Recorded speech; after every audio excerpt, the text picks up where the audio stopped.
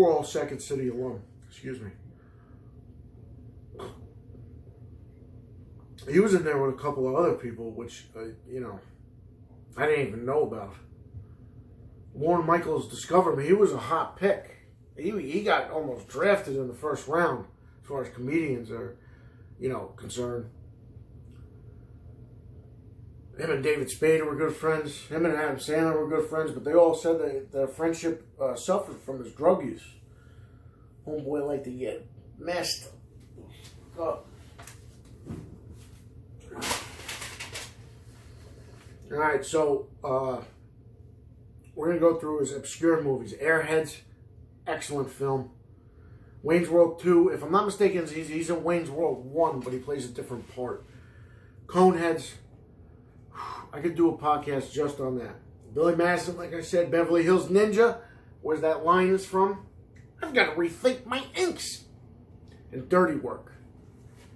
Well, at least I didn't have my nose bitten off by it, you know.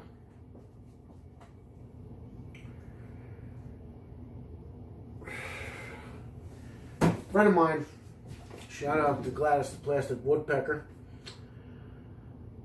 He said this a couple of years ago now, and I didn't see evidence of it until I watched that Anything for a Laugh documentary, because they had some storyboards from it, and they also had some audio of him recording a lot of audio for the movie Shrek. He was the original Shrek.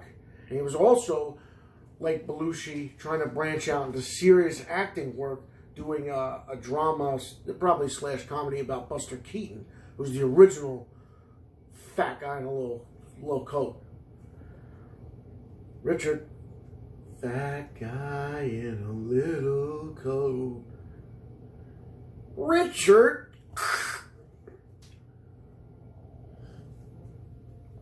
They had video of him playing Buster Keaton in black and white stuff. I wonder how they handled that girl that he murdered. Jesus, that's for another one. But they had even pictures on the storyboards of him as Shrek. And what's funny is it looked like him, just like Shrek doesn't even really look like Michael Myers, but that Shrek that they drew, he looked more like a monster and not just like a... I don't know how to explain it. You gotta watch the documentary. They go to his frat house where he lived.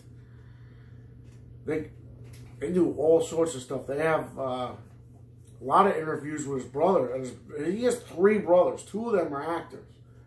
The one guy, he's in Benchwarmers, which is excellent. And the other guy, he's in Dirty Work. He's also in Tommy Boy. Plays the guy at the table. He's like, yeah, Dad.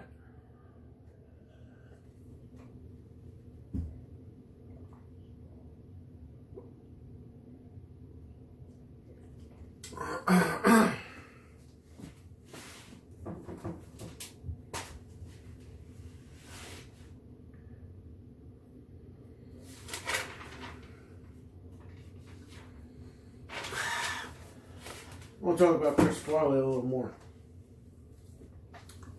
I mean, first of all, in the clip thing that I saw, they show a lot of the Billy Madison stuff. They didn't even get into where him and Norm Macdonald ate 30-sack lunches and a lot of other stuff. And they didn't even get into the part with Veronica Vaughn. You know, I knew a guy the one time that... No, you don't. No, you didn't. No, you didn't. But... What they did show is that Billy Madison, when he plays the bus driver, he's got a comb over. They put him in like a Dickies jacket. I'm spitting. Maybe it's this beard that caused me to do this.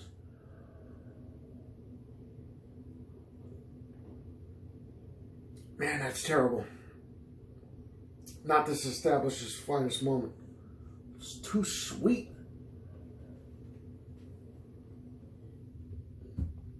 Oh yeah, beer's sweet. Oh yeah, it's like bread. Oh yeah, made with sugar and yeast. Oh yeah.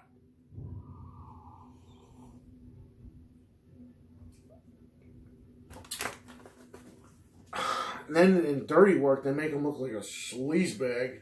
that got his nose bit off by a, you know what. Get a light. And then Tommy Boy is just like a lovable goof. Black Sheep is the same movie, but parts of that are... I watched one part which I had forgotten about, like I had forgotten about a lot of other things in this podcast, and I'll mention them, trust me. When he's at that Mudhoney concert, like Rock the Vote, whatever, he's backstage, he's which also reminds me of the part in the cop car with David Spade is hilarious. Me off, Officer Jack.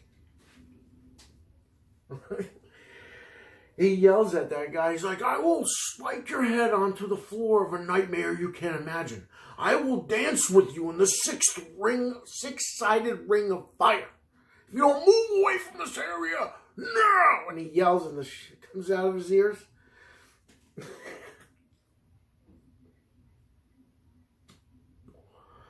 That's funny. The part with Gary Busey is excellent.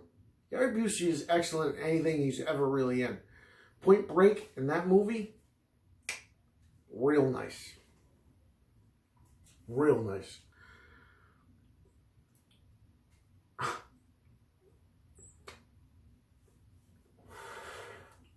Chris Farley. The part with the eagle and Almost Heroes, I don't care what anybody says, that movie holds up. Part with the eagle. Ah! Ah!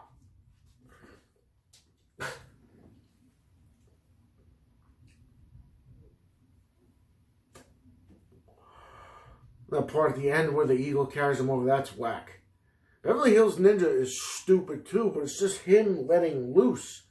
Because, I don't know, they did the buddy films and he had to be on his own, even though he's with the Asian guy that I think played Bruce Lee. No. It's Jason Lee? I don't know who that was. No. You know who he was in that movie with? He was in the guy who played Liu Kang in that old-ass Mortal Kombat movie. That's who he was with. Holy Shinto! He had the suit with the rip in the back because he wasn't exactly fat enough to rip. So they had the thing like where you watch like before he forces it, it makes him. It's already cut. That's. And the part with the bat, which I had totally forgotten about in Black Sheep, where David Spade goes ape shit on him while he covers with a blanket first. Bat's already on the back of his head, and he's just kicking and hitting him with a broom. He's like, "Why are you kicking me? You're only aggravating." It's just funny. It's like Ace Ventura 2. It's exactly like that. They bring him and Jim Carrey, especially, and I can go off on a lot of Jim Carrey stuff, but I won't go off on Lemony Snicket's whatever. The Grinch, which was trash. There's parts of Me, Myself, and Irene that are hilarious. I'll talk about this in a later episode. Ace Ventura 1 and Ace Ventura 2 are awesome, but Ace Ventura 2 is way better. The rhino scene and the Shikaka scene and the part where he gets the thing and, oh, it's in the bone. It's in the bone. That is amazing stuff. All kinds of In Living Color people and older people all up in those movies. He's in Coneheads with the likes of Tom Arnold, Dan Aykroyd, Jason Alexander, Michael Richards. There's a couple 1-2 ladies from Saturday Night Live from that era. Kevin Nealon, he's great in that. And he's also great in Happy Gilmore. Then they got Sinbad and Eddie Griffith, which are hilarious. Sinbad is hilarious. Adam Sandler's in that movie. DeChico. Okay, Mr. DeFusco. John Lovitz is in it. John Lovitz was in Benchwarmers. It's just funny.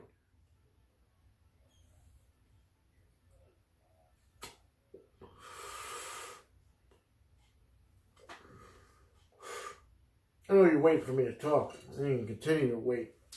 You can hate and wait, as far as I'm concerned. see those two documentaries.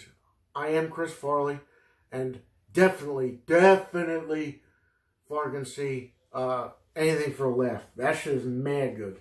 Both of them were mad good, and both of them somewhat brought me to tears because it was unfortunate what happened to him. And I remember something my dad told me a long time ago, like where you don't, celebrities, blah, blah, they do their own mess. But what happened to him and what could have been, you'll never know what could have been because him and Belushi are dead. All right. Brings us to the potatoes end of our project here. That's done. You know when you go into a store, you walk out of a store or 7-Eleven or whatever, there's people behind you. Maybe not people behind you. Maybe there's people in front of you that hold the door for you. But what bothers me or what grinds my gears or gets my attention about stuff like this is holding the door for people in public is a difficult thing to do. Just like putting this beer back in this towel to keep it cold. I didn't front load. I'm going to mid load on this one. So when you're out in public and you're in a situation where you may or may not have to hold the door, right? Maybe you walk in, put your arm up, hold the door, then you walk in, and then you turn around, switch arms, and hold the door for that person. Maybe you do, maybe you don't. Maybe the person in front of you does or does not hold the door for you. See, when people don't hold the door or they apologize for not holding the door, I never get offended. There's nothing to get offended at. Why would you get annoyed with a person that you don't know that didn't wait what you thought was the required time to wait for them as they went to the door? Maybe you already walked through the door closed, then you open it again. That happens a million times. Change is missing off your dresser and your daughter's knocked up. I've seen it a million times. You want me to take a dump in a box and mark it, guarantee it, I'll do it. I got spare time. But that's the thing, is that people who get pissed in this situation, that's who I'm kind of talking about.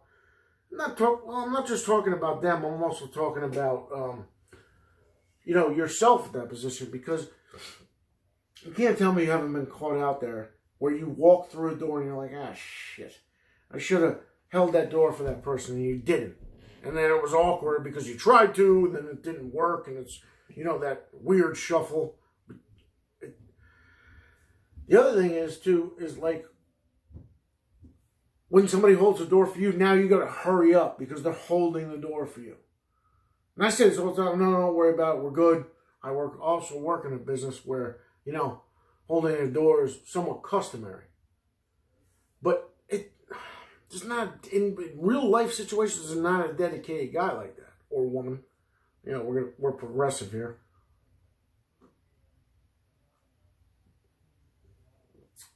Oh, man. Glad I'm done with that sweet beer.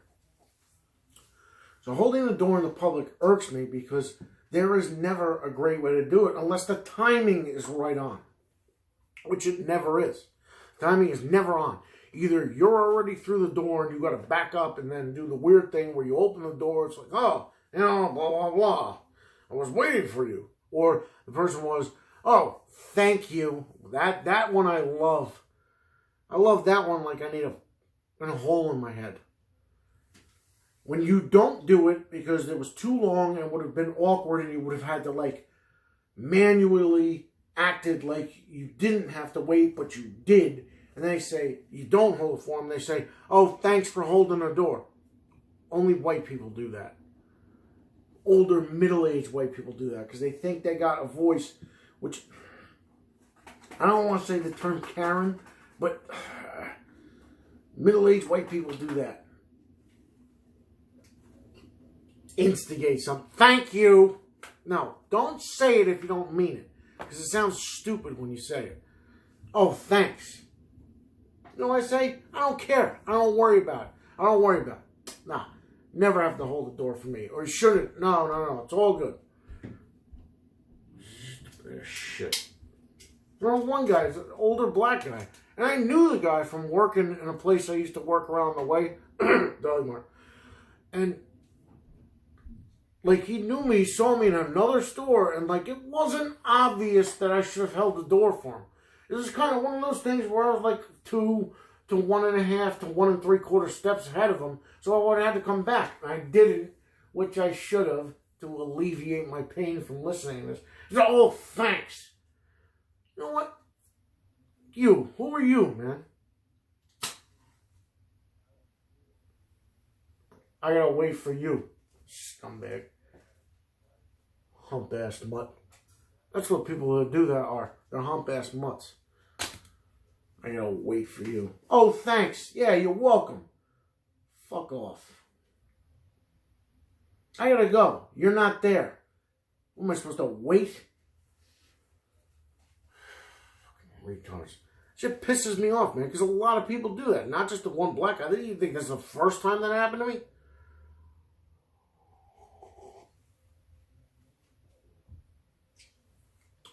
Stupid.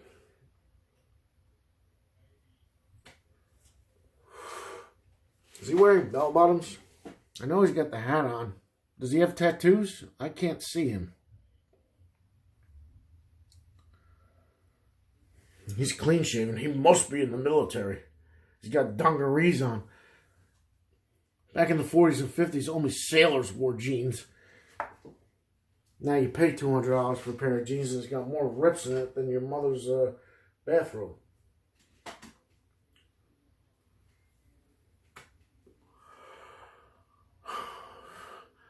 Oh, thanks.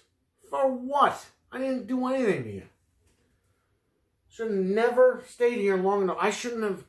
It was so long that I would have had to wait for the door to hold for you that you had the idea to make a snide remark about it. And then I stood there like an asshole and waited for you to make the snide remark, awkwardly not opening or opening the door or saying, no, I got it. No, it's okay. Don't worry about it. Thanks. Yeah, thanks. Fuck. It's just bullshit, man. People don't know how to act in public. I don't understand why you gotta put on airs like that and act like the fucking door should be open for you like you're the king of Sodom and Gomorrah or whatever. Stupid shit. It's a good thing I got some of that pretzel left to go with my non-sweet beer. But I got sweet go juice to go with it. We're thanking all federal agents now and always. And we toast them. I try to hold the door for them, but they probably think it was fucking awkward.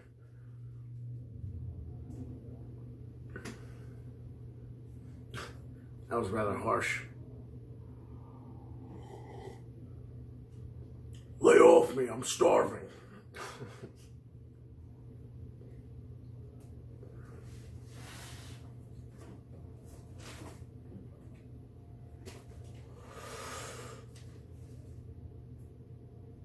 How long am I supposed to wait for you? And don't give a shit if anyone holds for me. How long am I supposed to wait for you if you're not running through the door? Like, and that's the thing. Like, I don't want to make you hurry up either, because that's stupid too. And everybody looks dumb. Everybody just looks to hurry up and go. It just looks stupid. Tell you, if you don't front load this thing, you're looking at about 40 to 65 minutes of somewhat untouched gold, but after that time frame, I need to take a piss. This guy knows what I'm talking about. He doesn't have any sleeves.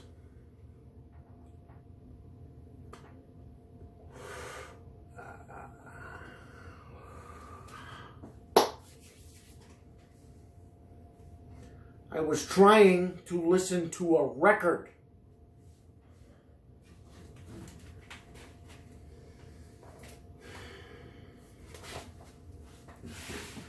Again with the sponsors. Since I'm apparently done with the Chris Farley thing, we can go into detail about this at a later date, maybe. I got some guests on here. Stop acting like I'm somebody because I got a tripod. If you got a tripod and 3 people, then I might be somebody.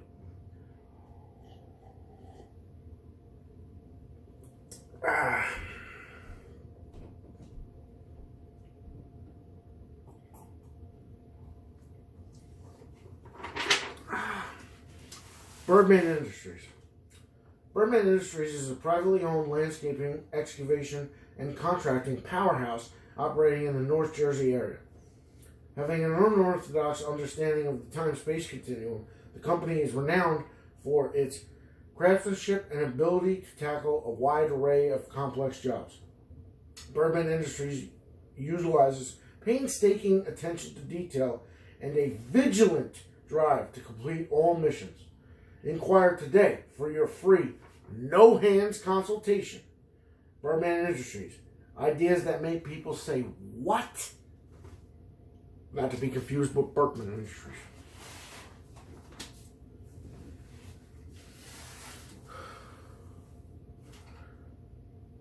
Hold the door for you.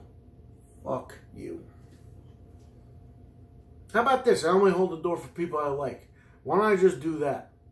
Now I gotta decide if I like you in the split second before I mess the social interaction up. This guy knows what I'm talking about.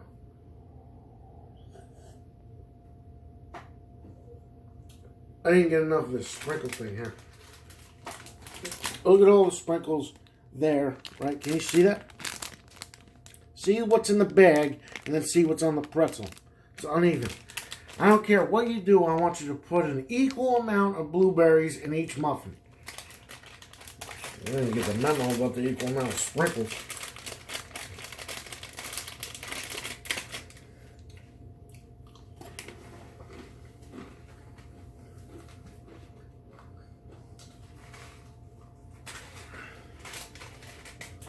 That didn't work.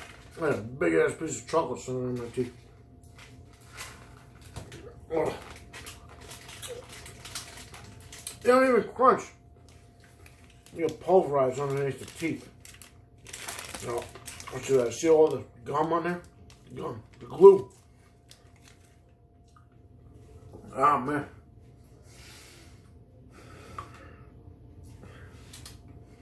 Tastes like crap. And it's just the sprinkles, though. Everything else tastes fire except for the chocolate and the sprinkles. Pretzel's delicious, though.